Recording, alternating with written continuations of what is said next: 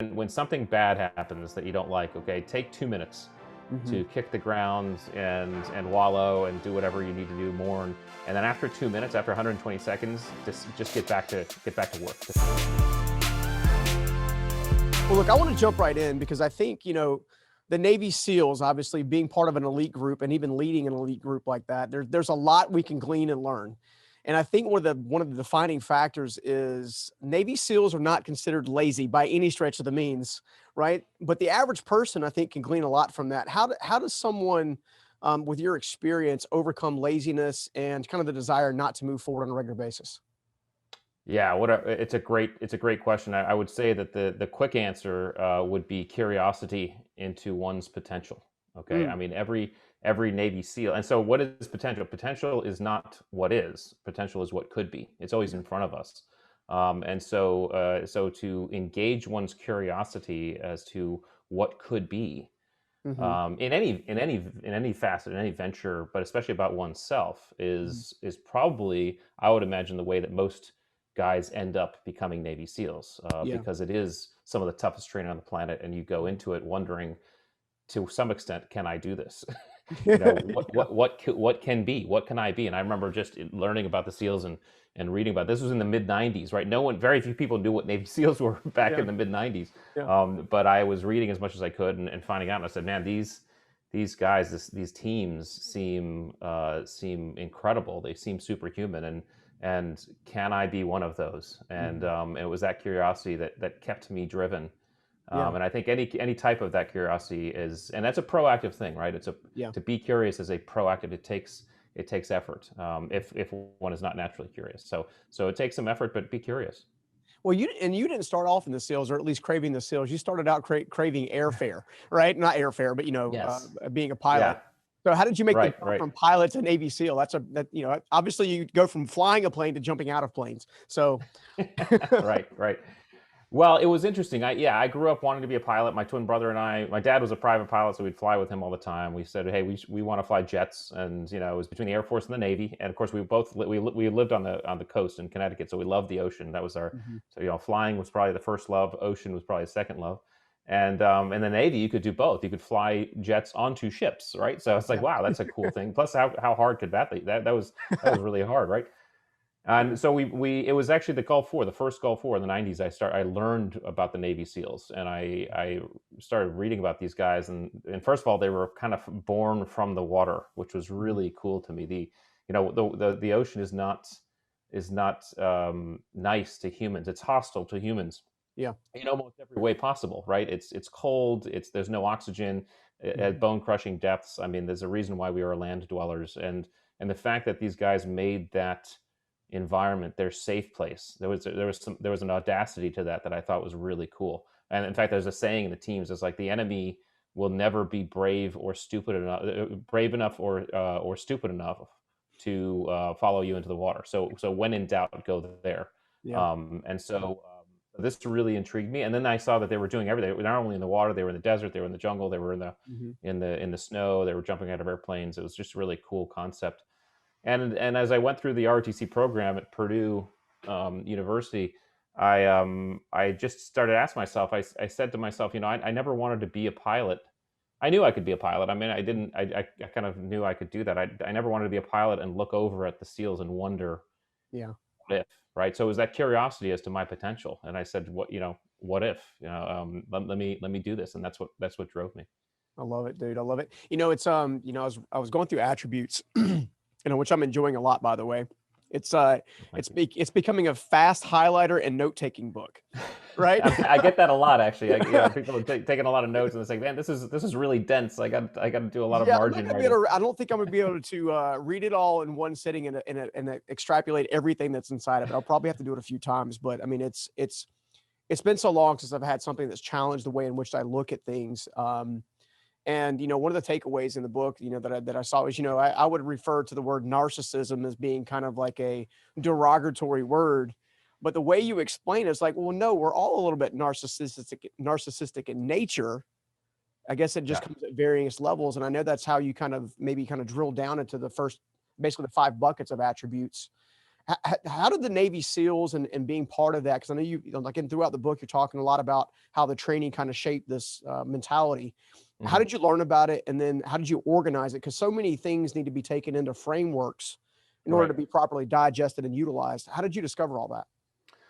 Yeah, the discovery process was probably one of the most fun parts of that, and it Mhm. was and the first phase of that was to take some of the work I did while in the SEAL teams and ask myself how it applied outside. And so I actually reverse a question, kind of a questioner statement that's been heard a lot. And the questioner statement that I'm talking about is this: what what makes or why are Navy SEALs so different from everybody else? Yeah. That's the normal question. Mhm. What I wanted to do is reverse that and say, what and why are Navy SEALs like everybody else? Mm. And I think it's all about the types of questions you ask. When I asked that question, I began to say, okay, these attributes at an elemental level are ubiquitous. Mhm. They're human. They're not just Navy SEAL. And I was able to kind of say, okay, well, let's expand this out to what performance looks like just in human life, wherever you are, whether you're a SEAL or a doctor or a physician or a comedian or whatever genre you're in. And then of course, as I wrote those attributes out, then they began to naturally bin and clump into these categories, which made it Mhm. really cool as well because I could start putting some structure around these categories. Yeah. And so it was really a an evolution of thought and an evolution of Mhm. discovery to say that I am very interested in what I call elemental human performance. What Mhm. is it, and who are we? Who do we show up as in the rawest moments? Because we're all here, it's during challenge and stress and uncertainty when the real us shows up. And Yeah. and I'm kind of like, okay, who's the real us, and can I help people discover the real us, because then it'll help illuminate them as to their performance and why they show up and how they show up. And I think if you take some of these concepts and you just drill into them and Mhm. get them down to the atomic level, they begin to very easily translate and cross contexts, Yeah. and so that was really the evolution of thought, and a lot of that discovery happened while writing. And I would just say, anybody who's listening, who's interested in writing and doesn't Mhm. feel like they have an idea fully fleshed out, Yeah. my advice to them is start writing.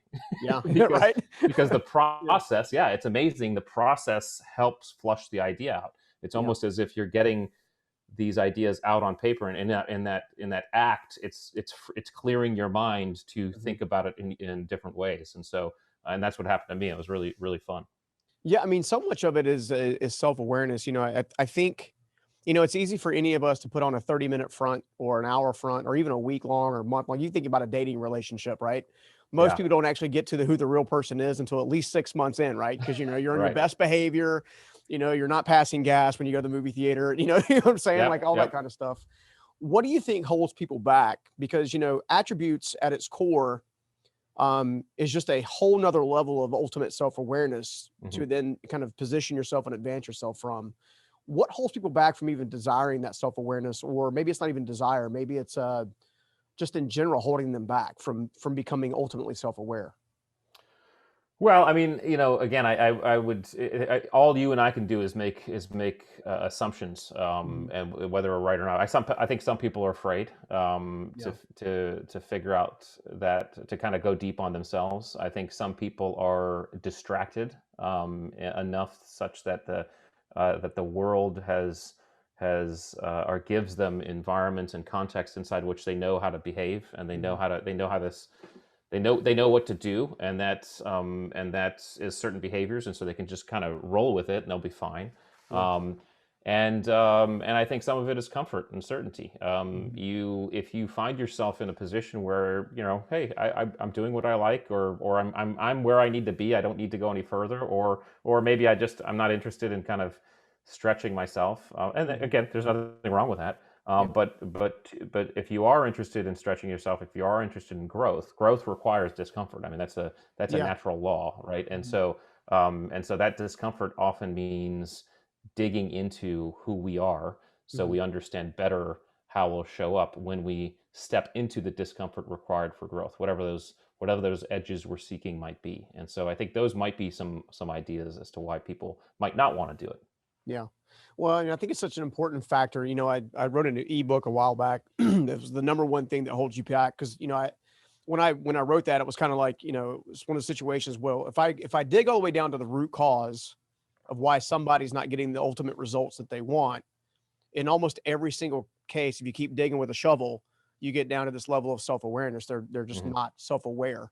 Hmm. And, you know, as I've been going through attributes, one of the things that I've discovered is there's a lot of conversation, a lot of transformation that happens really inside out and not outside in.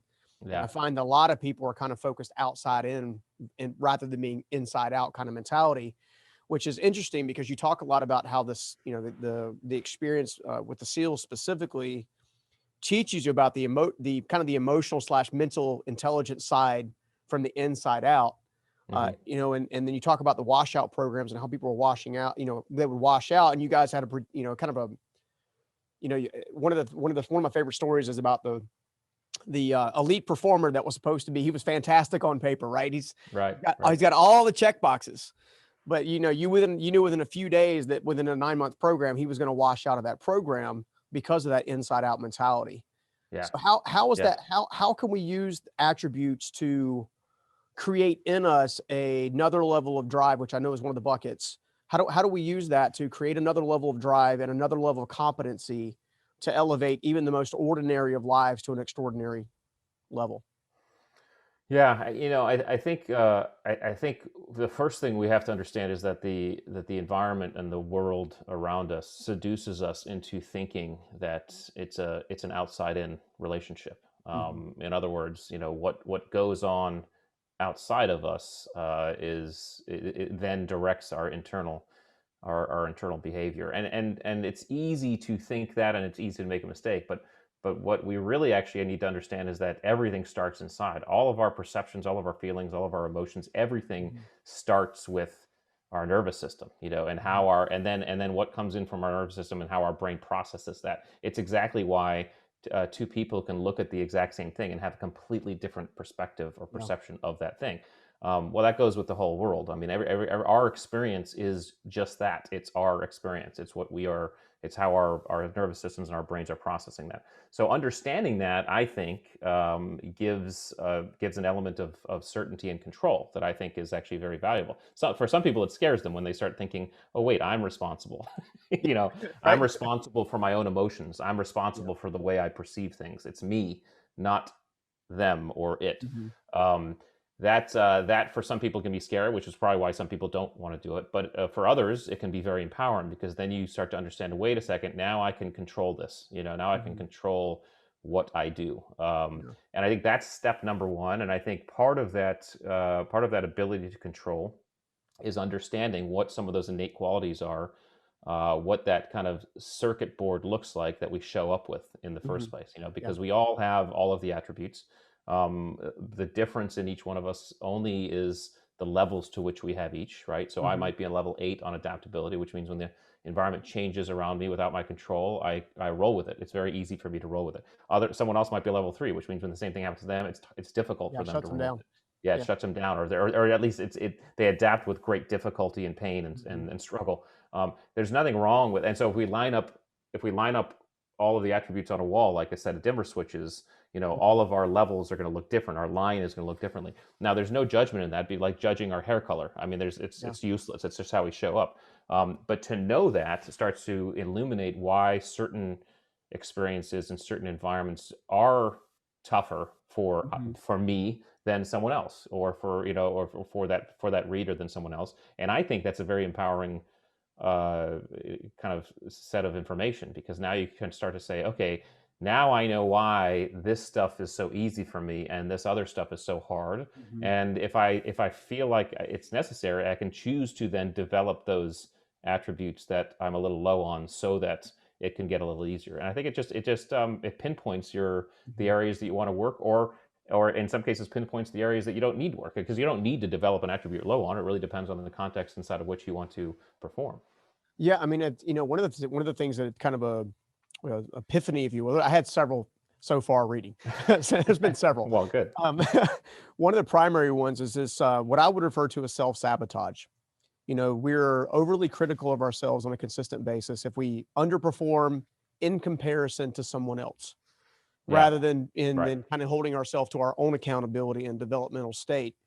And when I began looking at that, and you mentioned that, hey, look, there's no judgment here. Right. This is kind of this is the discovery mechanism and exploration mechanism. You know, anything can be strengthened. There's you know there's different extremes. If you're too high on one thing, that's probably a problem. And if you're too low on one thing, it's probably a problem. So, you know, Hmm. so I think there can easily be some developmental goals along the way that do make sense for the sheer fact of not actually getting to a place where you can give yourself some grace and mercy a little bit when you don't necessarily meet the expectations that, you know, maybe you pulled onto yourself because somebody else gave it to you, or you're trying to compare yourself to someone else. Right. So Right. one of the tools that I think attributes is so good for is that self-sabotage thing.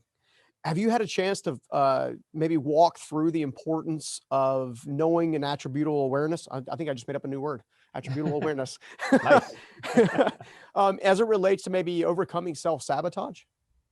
Well, so I think it's again it's an acceptance and an illumination to oneself, Hmm. such that they know, they're better informed as to what paths they're going to succeed on. Here's so I would say this: we are all human. Okay, that's, Hmm. and in today's environment, we should probably remember that. Okay, we Yeah, are all right. humans, and we're all kind of, we're all equal but not the same, because there's a difference Hmm. in those two words, right? And the reason there's a difference is because, if we relate it to automobiles, some of us are Jeeps, and some of us are Ferraris, and some of us are Hmm. SUVs. And again, there's no judgment there, because the Jeep can do things the Ferrari can't do, and the Ferrari can do things that the Jeep can't do. Hmm. It behooves us, however, to kind of look under our hood and figure out maybe what we are, Yeah, because we may in fact be a Jeep that's trying to run on a Ferrari track, yeah. or a Ferrari that's trying to run on a Jeep track. Now, nothing wrong with that either. You can be that. You can choose to do that, because that's the power and freedom and gifts that we're given. However, knowing that you're a Jeep trying to run on a Ferrari track is only going to help you pinpoint that which you need to improve to better run on the Ferrari track. Or it's going to tell you, actually, I'm a Jeep and I've been trying to run on this Ferrari track. That's why I'm so upset. That's why I'm so Hmm. Yeah. unfulfilled. Let me go find a Jeep track to run on. And I think this type of self awareness is extraordinarily empowering, and in fact, usually I think deflates self sabotage, because Hmm. it's an acceptance. I am who I am, and I get to, and by knowing that, and by knowing more precisely who I am, I get to take better control and active control over those aspects of myself that I want to improve, and those aspects of those selves that I'm just not good at. Listen, I mean, there's things I'm just decidedly not good at. I always get, so one of my favorite quotes from Einstein is one that goes, and I hope I don't misquote it, but it goes something like, everybody's a genius, but if you spend your entire life trying to teach a fish how to no, if you try to teach a fish how to climb a tree, he's going to spend his entire life feeling like he's an idiot. Okay, Yeah. and that's really to describe the fact that we all have certain contexts inside of which we're geniuses, and other Mhm. contexts inside of which we're idiots, right? And Yeah. that goes for every one of us. And so understanding oneself can help better understand inside of which context one can really Mhm. excel, and maybe avoid, or actively proactively decide to not engage in those contexts inside of which we're doofuses, right? Yeah, exactly. Well, you know, it's definitely gonna decrease frustration and increase fulfillment over time, Yeah, because you're not aiming a bazooka just at anything. You're taking a sniper rifle and aiming specifically at a specific target. that's And right. I think that's one of the things that's been so instrumental. Another one of my favorite ahas in the book is this concept of attributes are not skills. Yeah. And I think so many of us, when we feel like we're deficient in a certain area, we immediately go to increase a skill set or develop a Hmm. skill set. And one of the things that I love is how you relate attributes to skills. Would you mind breaking that down for the audience? Because I think it's a very pivotal part of the book. Absolutely. Well, and it stems from this idea that when it comes to performance, we most often judge ourselves through skills, and the reason is because skills are very easy to score and judge and assess. And skills and attributes are different, and they get conflated all the time. And so Mhm. so skills are not inherent to our nature. We're not born with the ability to throw a ball, or ride a bike, or drive a car, right? We're taught those things, and we learn how to do those things. Skills direct our behavior in known and specific environments. So here's how and when to throw a ball. Here's how and when to ride a bike. Mm-hmm. And because they're kind of didactic and tangible, they're very easy to assess, measure, and test. You can score these things. You can see how well anybody does any one of those. You can have scores, you can have stats, you can put them on resumes. This is why during hiring processes and team building, usually they get seduced by skills because they Mm-hmm. build these dream teams based on the best this, the best that, based on these scores. The problem with skills is skills don't tell us how we're going to show up when the environment turns Yeah. uncertain and challenging and Yeah. stressful. Because it's very difficult, if not impossible, to apply a known skill to an Mm-hmm. unknown environment. All right, this is Yeah. where we start to lean on these attributes. These attributes are inherent. All of us are born with levels of perseverance, of adaptability, of Mm-hmm. resilience. Now, certainly they develop over time, Yeah. but you can see these things in small children. I mean, and the other thing about attributes is they don't direct our behavior; they inform our behavior. They Mm. tell us how we're going to show up to a situation. So my son's levels of perseverance and adaptability and resilience informed the way he showed up when he was learning the skill of riding a bike and Yeah. falling off a dozen times doing so. Right, and then because they're kind of hidden in the background, running in the background, they're very difficult to assess, measure, and Mm-hmm. test. It's hard to see how adaptable someone is. It's hard to sit across at an interview table with someone and Mm-hmm. assess their perseverance or their Yeah. resilience, right? Yeah. They are the most visible and visceral during times of stress, challenge, and uncertainty. That's when they really come to the fore because the skills take a back seat. Yeah. And so when it comes to human behavior and when it comes to performance, it's really incumbent and necessary for us to understand our attributes, Mm-hmm. oftentimes more than our skill. Certainly there's nothing wrong with skill, and I make a point of saying skills are required, but skills Yeah. are contextual. Skills Yeah. are Sure. skills are conditional, and if we want to understand our performance holistically through Mm-hmm. life, it's best that we start looking at our attributes.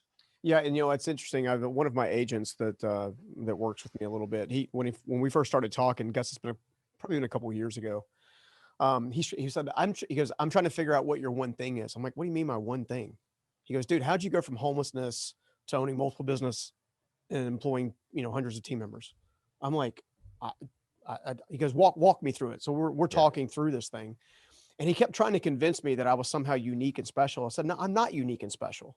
I believe that anything that I have developed in my life is teachable. It may not be necessarily something that someone gravitates towards. Some people gravitate really easy. It's kind of like learning to swim, right? Some people learn to swim, they dive in the water, they're good to go, and they're off to the races. Other people will Right. have a fear of water for 20 years.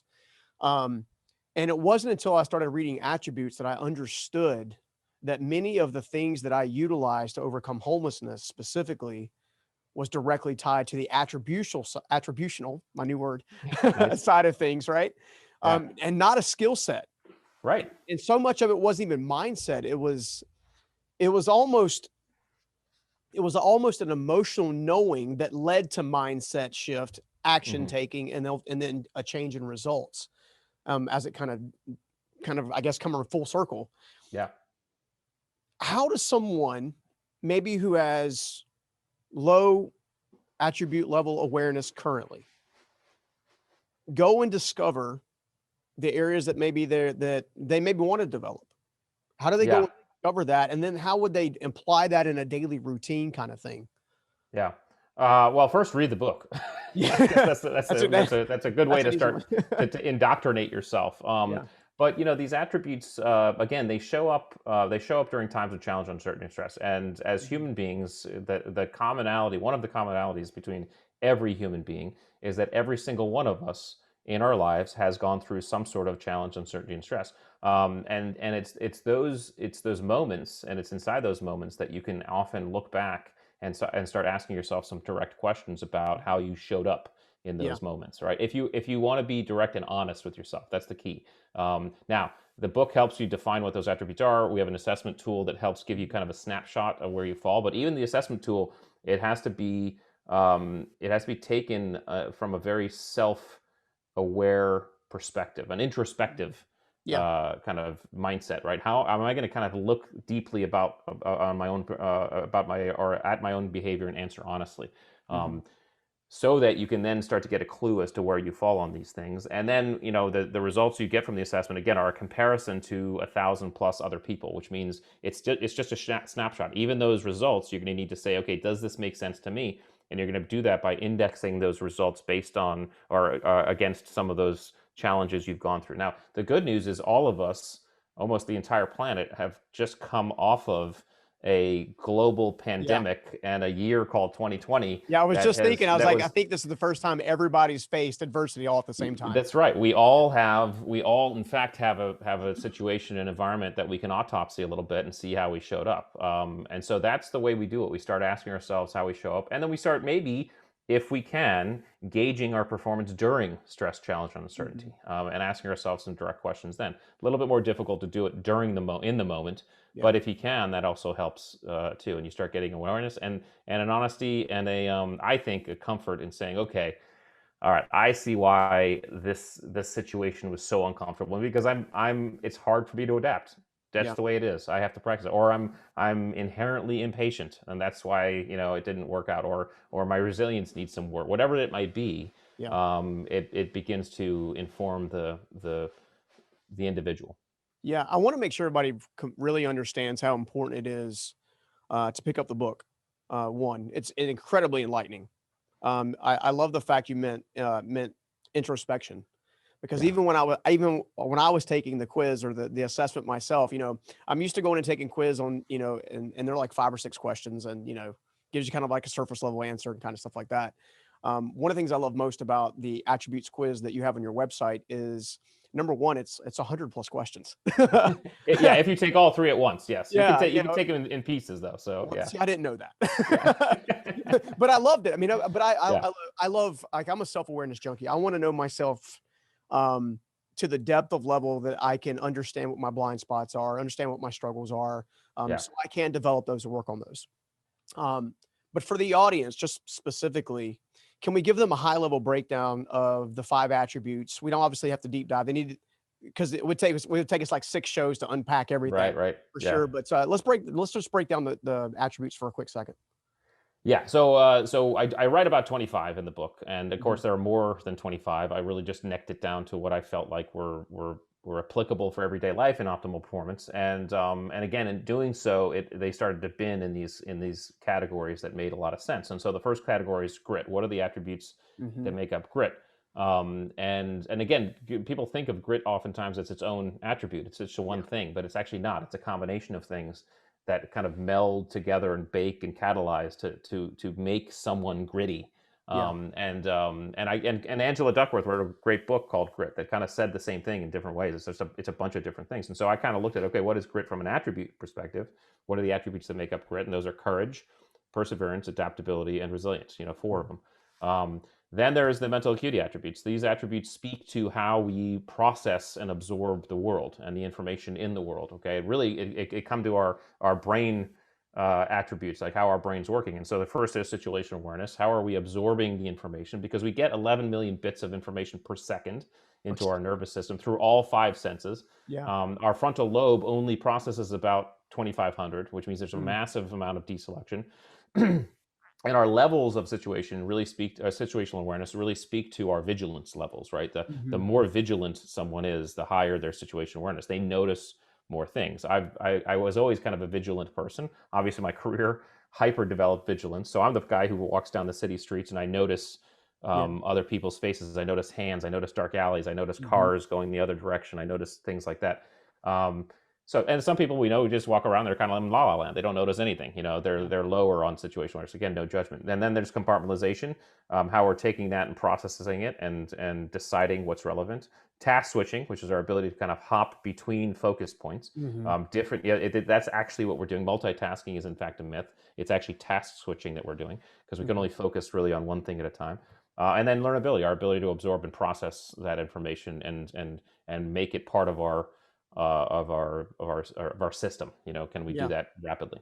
Um, then there are the drive attributes. The drive attributes, whereas grit speaks to kind of the more acute challenges and Mhm. struggles, and pushing through those more acute ones. Drive speaks to those long-term struggles or goals or challenges. The ability to set and pursue and achieve long-term goals, and what are the attributes that combine to make someone driven.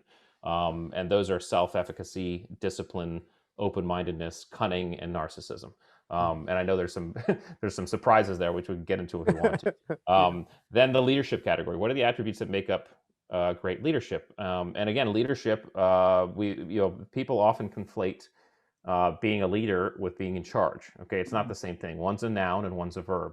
Leadership is a behavior, and Mhm. you don't get to call yourself a leader. You don't get to self-designate. That's like calling yourself good-looking or Mhm. funny. Okay, other people decide that, right? So other people decide whether or not you are someone they will follow, and Mhm. they do that based on behaviors. And so these behaviors stem from these attributes, and those attributes are empathy, selflessness, authenticity, decisiveness, and accountability. And then finally, team ability, because just like leadership, you don't get to call yourself a great teammate. Yeah. Your Yeah. teammates call yourself a great teammate, Yeah. call you a great teammate based on your behaviors. Those behaviors are integrity, conscientiousness, humility, and humor. And then I have three others that I talk about, and they didn't bin appropriately in those categories because uh, they were attributes whose opposites or polarities were Mhm. just as powerful. So Mhm. patience, for example, well, there are hyper successful people who are also impatient. So patience and Yeah. impatience, it looked at, okay, they don't, not one is not better than the other, right? So that Yeah. was one. Competitiveness versus non-competitiveness, Mhm. both are very advantageous, depending on how you're approaching a problem. And then fear of rejection versus insouciance to what other people think. You don't care about what other people Mhm. think. Those also, either one of those polarities can be very, very powerful. So I bin those into a chapter I call the others, and Mhm. talk about why those exist. But that's a kind of an overview on the 25. Yeah, I mean, like I said, everybody needs to grab the book. It's incredibly insightful. I will say that it will make you more aware than you are yesterday in a dramatic way. I mean, it really Yeah. will. Well, Um, listen, I'm glad you said that because there's a lot of SEALs out there writing books, and some of them are my good friends, right? So, yeah, and they do some great work, and there's some great stuff out there. I did not want to write a book about Navy SEALs. I did not want yeah. to write a book about high top performers or Mhm. super performers. I wanted to write a book that was about the reader. Yeah. And so I wanted so and the feedback I'm getting, so I'm grateful for you saying that, is that when someone reads this book, they begin to think about themselves, not Mhm. about Navy Yeah. SEALs and not about anything else, which is cool. So I'm glad you said that. Yeah, I mean, if you improve yourself, then everything else around you improves. So, I think as an American culture, we spend a lot of time looking outside. Yeah, yeah, We judge the quality of our relationship based on whether or not someone is directed at us rather than how we feel about ourselves. We yeah, judge our performance or our job or profession in such a way based on what we kind of get from an admiration perspective from other people. One of the things I yeah, love about attributes is because it does put the focus back on yourself to make sure that, hey, basically bringing the subconscious to the conscious and saying, hey, look, this is something I want to work on. I want to do better in this area, or I want to amplify this area that I'm already doing really well in. right, And then, like you mentioned earlier, maybe you don't, maybe you put the big mud tires on a Ferrari, not right, necessarily the most interesting look, but hey, and you hit the dirt trail, but you got to know you got to need to change your tires. right, right. And or you're aiming yourself at the kind of the right area. I want to maybe dive back into situational awareness, if that's okay, for just a second, Sure. because I feel like most people are most often derailed by situation and or experiences inside of a situation that they can't I won't say they can't. Can't's not a right word. Um, that they struggle to overcome or to kind of bounce back, so to speak. How can we help them better understand a process, if you will, to help them bounce back quicker? Because I know you guys dealt with a lot of situational Yeah, awareness issues, both in the yeah. SEALs and out of the SEALs. Well, and so yeah, it's a great question. It gets into not only situational awareness, but also compartmentalization and also resilience, Yeah. because resilience is that act of being able to bounce back. It starts with understanding, it starts with being a little bit more deliberate about your situational awareness. Someone who finds themselves low in that attribute can just choose to be more vigilant. Hmm. They can start proactively noticing more things. Yeah.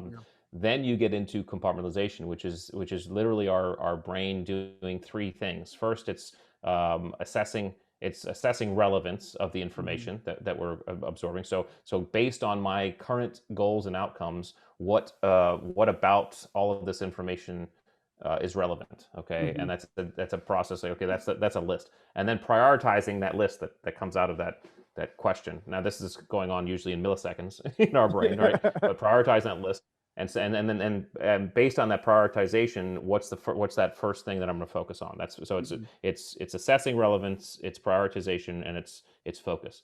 So that's the compartmentalization piece. And so in any situation, that's what's happening. And you can actually take, even though that happens in our brain in milliseconds, what I was thinking, we can actually take more active conscious control of that process just by thinking about it more often. Yeah. And think about it more deliberately. So someone can actually, in fact, practice this stuff in an environment that will help them in challenge and stress and situations where they may feel like they're a little bit more uncertain and wavy, I guess. Now, once that situation hits, once that challenge hits us, that trauma is induced. Okay, now we've been knocked back off of our baseline. Now we have to actually get back to baseline. That's resilience. Now, some people are more resilient than others, and that's where the attribute comes into play. However, just like any of these attributes, you can take more proactive control over resilience just by asking yourself some more deliberate questions about that trauma, that challenge, that stress. It's really a lot of resilience has to do with appropriate reflection, and well, I should say appropriate recovery and reflection. Okay, if we just take resilience as a raw thing, okay, and then transpose that into the physical realm. Okay, when we lift weights, we are literally tearing our muscles apart. Okay, that's what's happening. To actually grow stronger, we know that we have to rest for a couple days before we tear again, because it's that recovery process that in fact is growing regrowing those fibers and making that muscle stronger.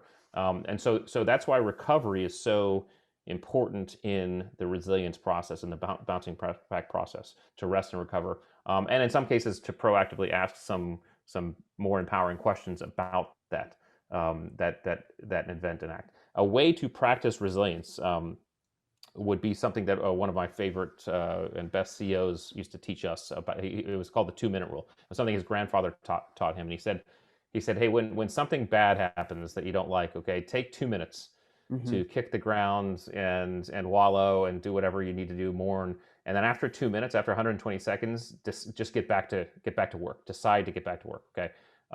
Same thing when something great happens. Okay, take 2 minutes, rest on your laurels, pat yourself on the back, feel like you're king of the world, and then get back to it. Now, now we can all say with true certainty that there is some trauma and challenge that people go through that takes a lot more than 2 minutes to get over. Okay, so I'm not talking about using this for that. I'm talking about using this for what I would call the little tragedies of life. Okay, the traffic jam, the bad day at work, the fight with a significant other.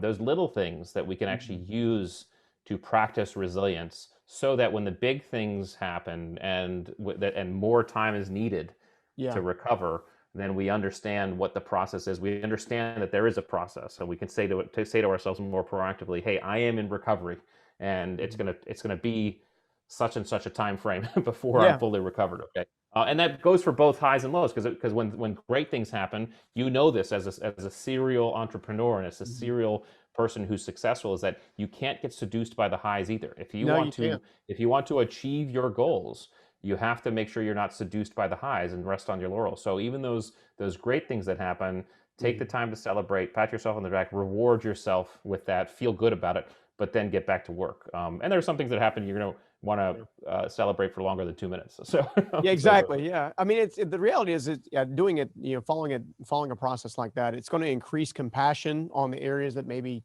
you weren't super excited about. Yeah, and it's going to increase competency on the other side. Right, you're going to become more competent in how you deal with things. You mentioned, the thing that popped in my head is we just got them building and moving into a new house, and I had to, I was cleaning up the old house, getting it ready for sale, which is sold very fast because this market's crazy, which is good for now. But in doing so, I took a big piece of plywood, tossed it in the back of my F-150, and it slid up and broke the back glass out of it's a newer truck, and I got mad for 2 or 3 minutes. Then I was like, you know what? It's late. I'm tired. I got to get some rest. I went home, told my wife about it, and my wife and my kids were still talking about it 3 days later. I had already made the appointment, got it ready to get fixed up, and all that kind of stuff for the little traumatic moments. So one of the things that kind of popped up in my head. It's to hang something else on that because it's important. What it's important for people to recognize in the resilience process that once something happens, Mhm. there is no changing it. There Yeah, is no go, that's there's true. no going back, right? Yeah. That just that revelation and that realization can help, in fact, someone begin to figure out how to move on. This is what I think Spec Ops guys and Navy SEALs are really, really good at because there's some gnarly stuff that we go through. Yeah. Um, but when the gnarly stuff hits, um, and especially in the moment when we have to continually perform, right? Mhm. It makes no sense and it wastes time to look Yeah. back and wonder why and wonder what if. That's a waste of our time, right? We have to say, how do we move on from this moment and get the job done? Now, once that happens, there should be a period once everything's done to reflect and say, okay, what can I learn about that so that if there were mistakes made, it doesn't happen again, right? Because the Mhm. learning process is important as well. But to spend time wallowing on that in a sense as oh I wish or what if or whatever, it's a waste of time. It's the same. Yeah. It's in fact the same waste of time that one produces or conducts when they worry about something that hasn't happened yet either. Yeah. Worrying about the past or the future is in fact a useless waste of energy, right? Yeah. Because all we have right now is the moment, is the present. And so I think that's an important concept to kind of think through. No, absolutely. It's funny. Well, it's not funny. It's interesting to me. It's interesting how attributes can is actually what I would refer to as a healthier way of filtering some of those call them little tragic moments or large tragic moments. So I do a lot of work with the USO. Yeah, I travel and speak at their Warrior Reset programs, and sometimes we'll have private programs for special forces folks yeah. across all the branches of service. And two things that are typically discussed at length, at nauseum, are PTSD and then moral injury. So Hmm. those two items are something that are worked on.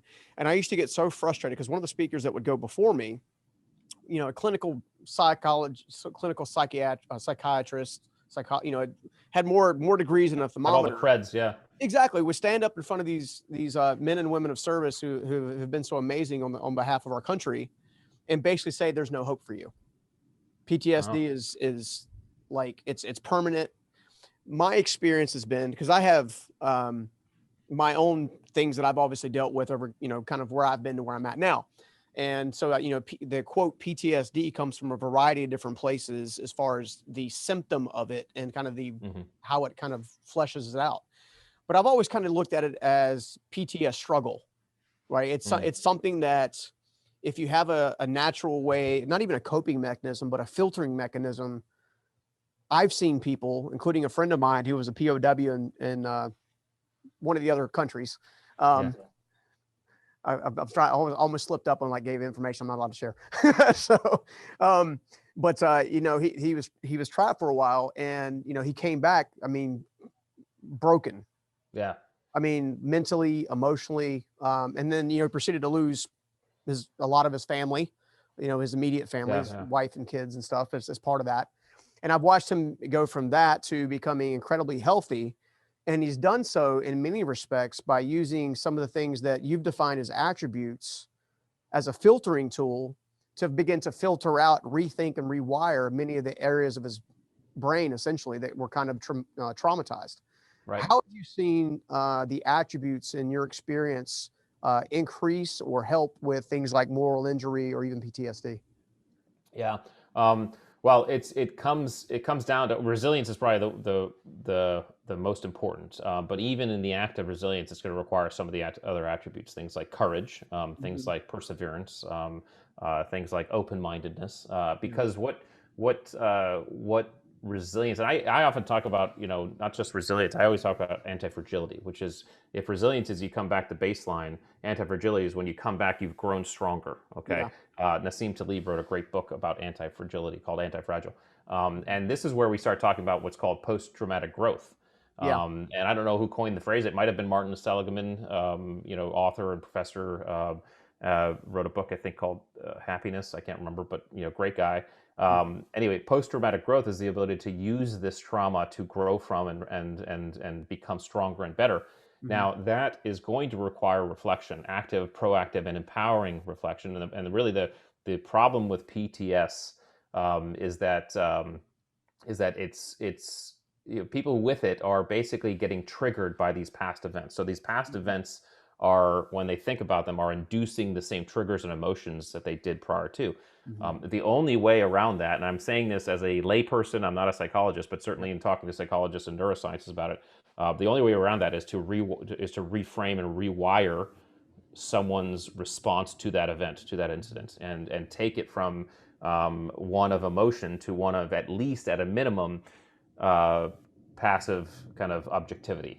Because from that space, one can then ask some very objective questions about the event and what happened, and how to grow from it. And so, well, we'll just take a very simple example. If you have a fight with your significant other, right? Mhm. And you're just pissed off about it, you feel angry. We all know that, any of us who've done this Yeah. several times, all know that no progress can happen until that emotion is dissipated. Mhm. If you try to engage with that emotion still kind of high and strong, you're not going to engage proactively. It's going to affect the way you engage and ask questions about that. But as soon as you're able to dissipate that emotion, you are then able to ask some pretty reflective questions, not only about the event, but about your culpability in the event. I mean, Yeah. you can more effectively place blame on yourself, and in some cases on others. But that type of reflection allows you to really get to the core of it and solve that issue. And this is why laughter is so important in relationships. My wife and I, Mhm. sometimes when we have an argument, if Yeah. the sooner we can be kind of joking or make a joke that gets us laughing, it takes us out of that emotional state, and Yeah. we kind of address what the issue is, and in some cases solve it, or in some cases just say, hey, we agree to disagree on that, right? Because that Yeah. happens too. But that type of emotional detachment, emotional recovery, needs to happen Mhm. before someone can actually proactively reflect and grow from it. And I would say we can certainly practice on our own. If you are someone who is really has some trauma, get help. There's Yeah. so many people out there that will help you do this. Because unlike the person who preceded you speaking those times, there's been a lot of advancements made in Yeah. helping people with PTSD. And a lot of it has to do with these techniques, these Yeah. modalities, these procedures that help people reframe that activity. Yeah. Well, that's one of the reasons I wanted to try to bring it up and talk about it, because there is ways to get help. There has been advancements, Yeah. and there is hope to be found for the open mind and the open heart.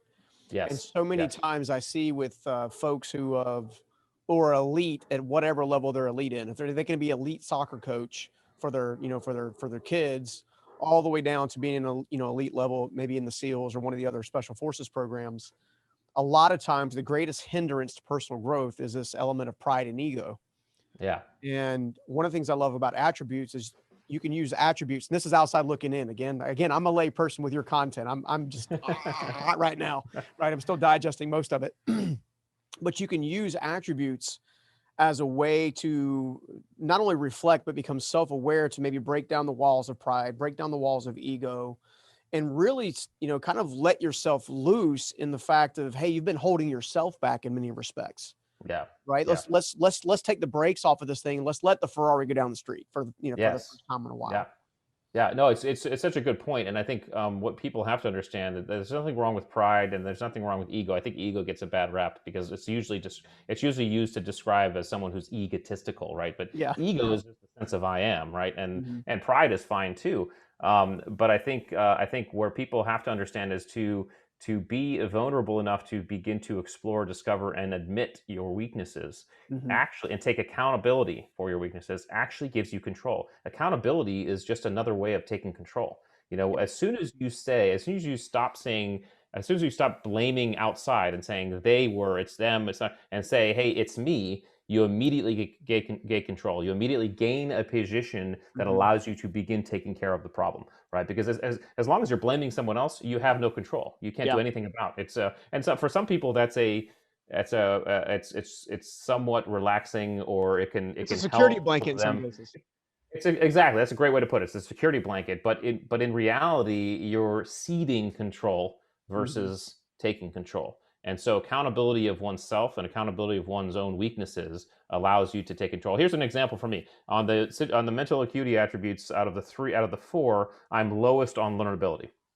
What does that mean? That means that it usually takes me a lot of time to learn something, and I often make the same mistakes a Yeah. couple times Yeah. before I learn Yeah. it, right? It takes me a while. Whereas we know people, there's some people who you show them how to do something, I mean, one time and they got it. I mean, they're on it, right? They're high on learnability. I've always been lower. Well, knowing that about myself allowed me, even during some intense SEAL training when I was trying to learn things, Mm-hmm. I knew what I had to do. I had to stay late. I had to study harder. I had to basically work a little bit harder than the guys who picked it up right away, right? Yeah. And again, there's no judgment. I don't sit there and saying, "Well, F that guy," or whatever, or Yeah. feeling angry about it. There's nothing I can do about it. Yeah. All I can do is take control, take accountability, and use that to my advantage to actually excel in what I need to excel. And it allowed me to learn some very complex things, and be part of some really cool, complex, elite organizations.